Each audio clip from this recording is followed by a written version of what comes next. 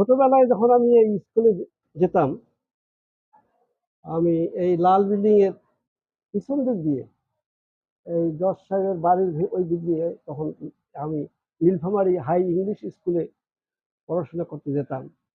বিকালবেলা যখন 4টার দিকে যখন ফিরে আসতাম, তখন এই লাল বিল্ডিং এর এই পাশের বিল্ডিংটাতে, ওইটাতে লেখা ছিল ফার্স্ট মুনসেফ, সেকেন্ড মুনসেফ, আর এই পাশের বিল্ডিংটাতে লয়ার ম্যাজিস্ট্রেটের কোর্ট হইতো। আমার ফাদার নীলরতন ব্যানার্জি, উনি মুক্তার, আমার বাবা মুক্তার, শহীদুল আফিন চৌধুরীর ফাদার। ওনারা সকলে এই জজ বিল্ডিং এর সামনে যে বটের গাছটা আছে, এখানে ওরা গসিপিং করতো। লয়ার মিস্টার এখনো ওই কিশোরগঞ্জ থাকি অথবা জলঢাকা থেকে ফিরে আসে নাই, তো সেই কারণে জেনারেল ফাইল বা পুলিশ ফাইল হয় নাই, দাঁড়ায় গল্প করতাম। আমি ওখানে আসার পরে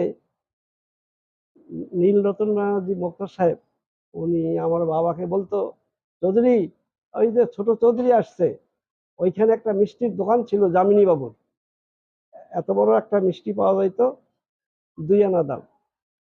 তো বলতো যে ওকে একটা মিষ্টি খাওয়াই দাও। তো আমি ওই মিষ্টি খাওয়াই খাওয়াই দিয়ে বাড়ি যেতাম।